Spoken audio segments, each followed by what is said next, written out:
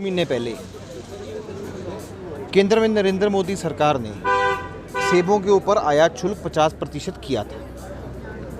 तो जब 50% किया था तब गवर्नमेंट ने किसी भी प्रकार का इसमें प्रतिक्रिया नहीं दी और इसका स्वागत नहीं किया। और उसके ऊपर जो है फ्रेट और टैरिफ जो है वो अलग से लगना है।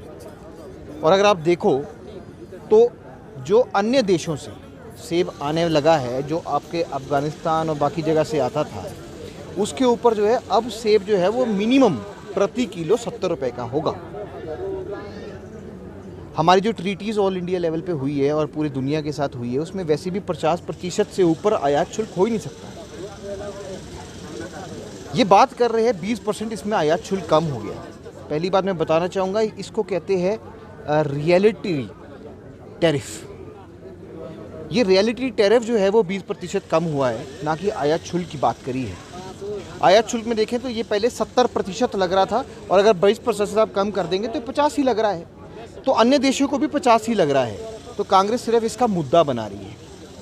दूसरा मैं आपको बताना चाहूँगा, देखिए कि जिस प्रकार से सेब इंपोर्ट हो रहा है, सेब इंपोर्ट जो है वो रुकेगा नहीं।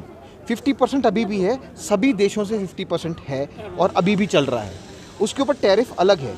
मैं आज भी दावा करता हूँ कि केंद्र ने जो पहले भी नोटिफिकेशन निकाली थी और इस ऑर्डर के बाद भी आपका जो सेब है जो बाहर से आ रहा है वो 70 रुपये मिनिमम प्रति किलो कॉस्ट करेगा ही करेगा। ये हमारा दावा है।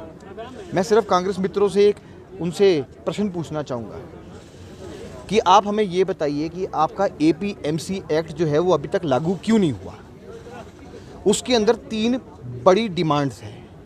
उसमें एक तो काटन की डिमांड है कि काटन क्या होता है, वेट के हिसाब से सेब बिकेगा, ग्रेडिंग कैसे होगी। वो APMC एक्ट का जो आपने वादा अपने मैनिफेस्टो में किया था वो लागू तो हुआ ही नहीं है। कहाँ है वो वैन्स जो आप बोल रहे थे कि कोल्ड स्टोरेज वैन्स, जहाँ CA वैन्स जो है वो हर ज़िले में चलनी थी, वो तो कहीं दिख ही नहीं रही है।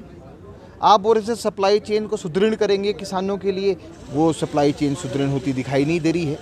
आज भी जो है बागबान किसान जो है वो सड़कों पे है। कभी आप जो अपने रेट नहीं तय कर पाते हैं, ज़्यादा करते हैं, कम करते हैं कि आपके जितनी भी रेफ्रिजरेटर वैन उसमें किराया लगाएंगे आप आयात में, आपकी पॉलिसीज़ कोई क्लियर नहीं हो रही।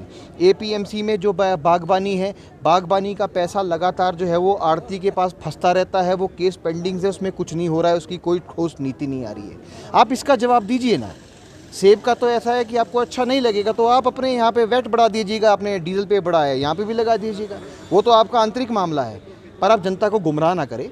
मोदी जी ने निर्णय लिया है वो केवल मात्र सेब के लिए नहीं है, उसमें 21 वस्तुएं और है।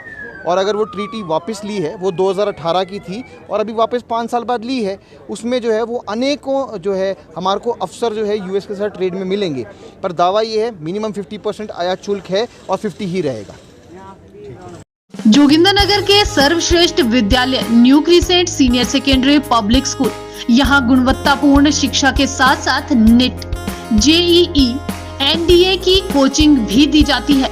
इसी राष्ट्रीय सर्वश्रेष्ठ स्कूल 2022 तथा श्री विजय शर्मा को राष्ट्रीय सर्वश्रेष्ठ अध्यापक 2022 के पुरस्कार से सम्मानित किया गया है। यहाँ आधुनिक उपकरणों से लैस भौतिक विज्ञान, जीव विज्ञान तथा कंप्यूटर प्रयोगशालाओं के साथ साथ भव्य पुस्तकालय, संगीत कक्ष, प्लेवे रूम, स्मार्ट क्लास कक्षा के साथ साथ इंडोर और आउटडोर खेलकूद की सुविधाएं उपलब्ध हैं। एडमिशन्स के लिए संपर्क करें 9418097145 और 9418421700। Career Path Institute, Jogindarnagar. Join for best coaching institute for JBT Commission, Army, HPSSC, Police, TET and all competitive exams. Preparation for written exam.